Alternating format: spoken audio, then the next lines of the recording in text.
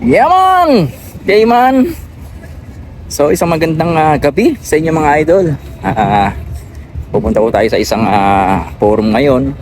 Ito po ay sa panawagan ni Sir Dion na founder ng Cayman Bayanihan dito sa isla.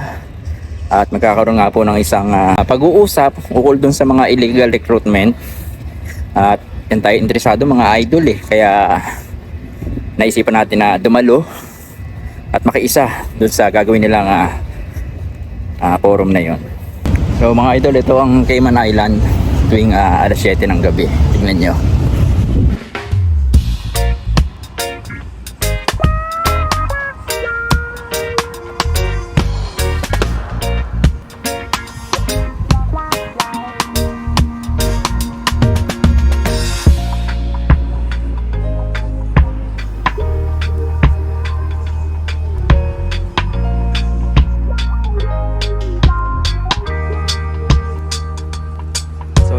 Pagdadausan ng event, yung town hall, Georgetown Town Hall, yun, may malaking clock na yun. Mukhang may mga tao na sa loob kaya papasok na ako mga idol.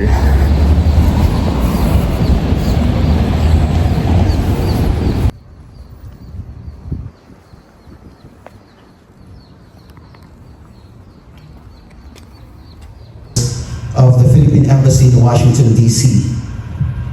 He is distinguished by more than... Yaman! Cayman! So yung mga idol, di na tayo nakapag-vlog kagabi dahil napakaganda nung napag-usapan at hindi na ako nakakuha ng mga videos.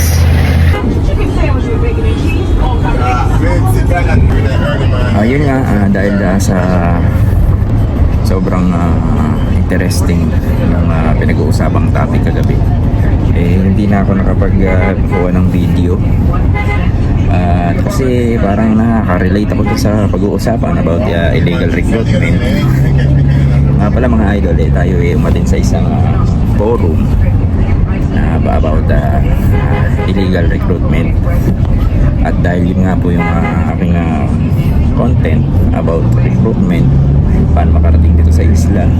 Although meron man tayo ibang pinag-uusapan dito, more on dun ako paano kayo makakarating dito. Kaya sa after ng mahabang panahon mga idol, nandito na naman tayo sa strand. At pag nandito tayo, syempre pupunta tayo doon sa pwesto ko, ayun, sa bench ni Jess. So yun nga mga idol, tungkol tuloy natin yung pinag-uusapan natin kanina sa bus. Yung tungkol dun sa topic na illegal recruitment, medyo nabahala ako mga idol kasi yung niche nga ng content ko paano kayo makakarating dito, at may ina-advertise ako, pinopromote na recruitment agency. Tapos yung mga job hiring na nakikita ko sa mga page nila binobroadcast ko dito sa aking channel.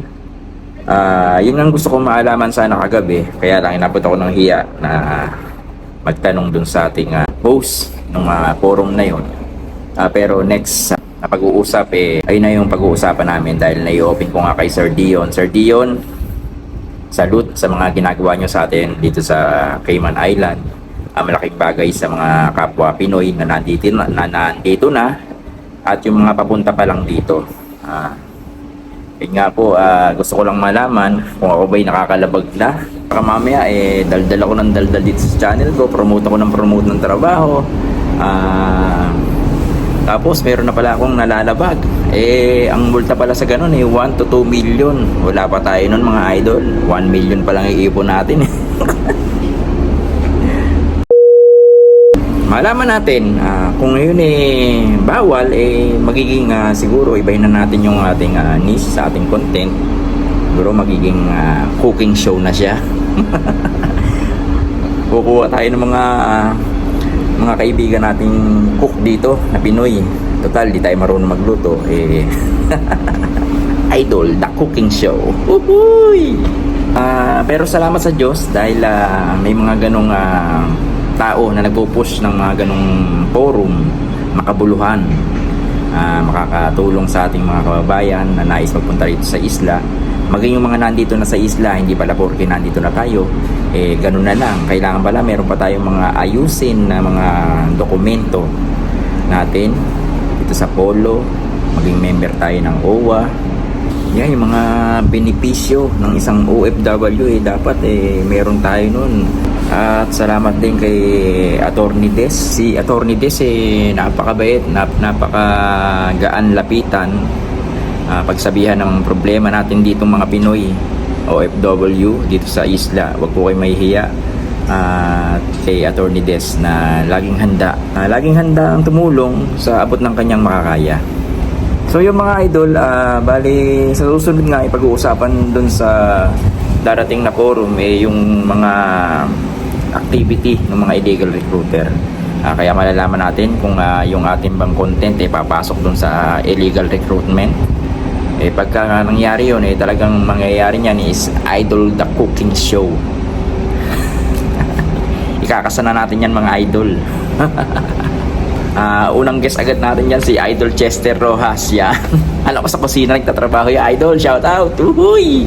Kaya hindi ko muna ipopromote yung agency, recruitment agency na au pair, na kahit naman meron silang hiring ngayon na cleaners, nannies, mga maintenance, hindi ko muna sasabihin dito sa channel ko dahil baka nga pumatak sa illegal recruiting yung aking ginagawa. So siguro hanggang dyan muna mga idol, hanggang sa muli. Babalitaan ko kayo kung ano man mangyari dun sa usapan na yon. At syempre kung may mga update, patuloy pa rin akong mag-update sa inyo ng mga infos. Siguro sa ibang way na, ibang paraan na. So hanggang dyan muna mga idol. Kaya dito ko muna tatapusin itong vlog na to mga idol. Let's continue to share the love, the legacy, and let's promote peace.